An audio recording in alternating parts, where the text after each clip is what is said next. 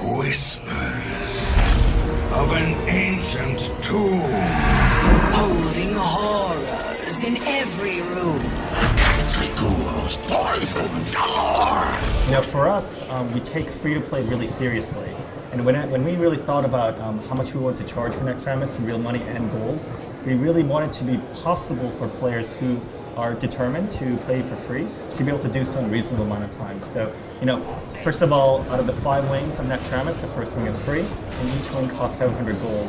And, you know, if you work diligently, you could get, you know, comfortably get 350 gold per week.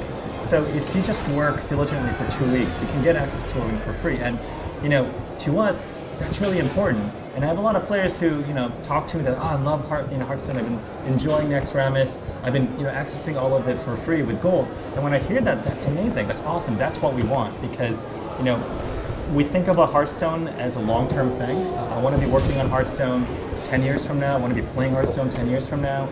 We're not interested in optimizing short-term profit. We want to make sure we do right by the players and that players can enjoy the game how they want to enjoy it, paid or free. And, you know, I think that's the right thing for the game over the long term. wars are only. We don't want to make all the rules, and we don't want to tell players how to play.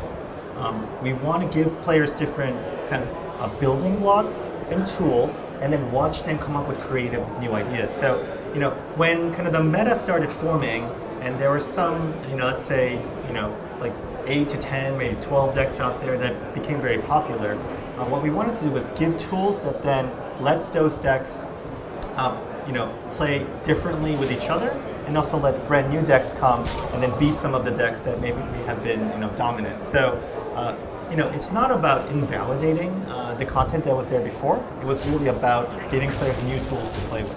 Thank you. We don't want to come in and go, oh, you're not allowed to play that way if that's the way you want to play. And so that's why, you know, we're very reluctant to nerf or buff cards.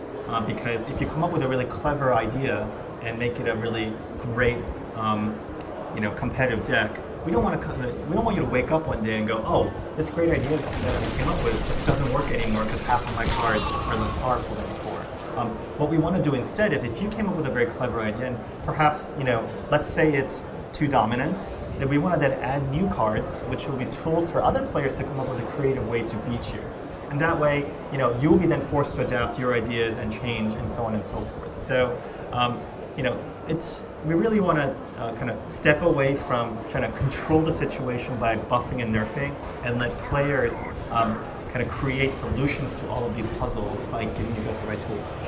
Victory requires strategy. To us, the reason why we made Hearthstone was to share that love and fun that we have for collectible card game. Because, you know, collectible card game, there's a lot of misconceptions about CCGs. You know, a lot of people go, oh, it's too complicated, it's too hard to learn, it's too nerdy. Like, I don't want to be a nerd, I don't want to play collectible card games, right?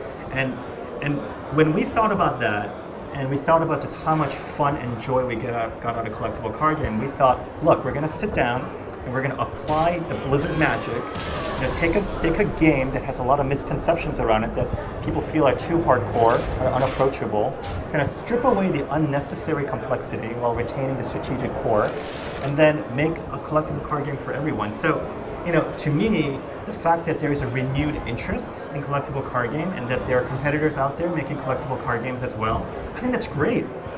You know, all the time I run into people, they're like, oh man, I love playing Hearthstone. I've been, you know, it's been great. It's my first collectible card game. I never thought I would like collectible card games.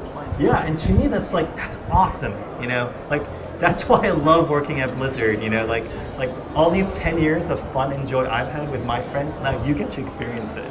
And, you know, that's enough for us. And if there are more competitors out there that are making cool collectible card games, that's great. I think it's healthy for the environment. We have a dedicated mobile team, and they're working on it. Our goal is to get Android tablet out before the end of the year, and we're making very good progress. That's on track. Now, getting it onto a smaller phone is a different challenge. Because of the real estate, I think it's going to need a lot more design effort from us to figure out ways to make Hearthstone a great experience, especially for new players on a handset. We're also trying to do that by the end of the year, but that will come after Android tablet. As for consoles, you know, like I said, the list of cool things we can do is really, really long. They're not currently in our top tier of things we're looking into. There's plenty of sweet loot inside. Curse of Naxxramas, a Hearthstone adventure.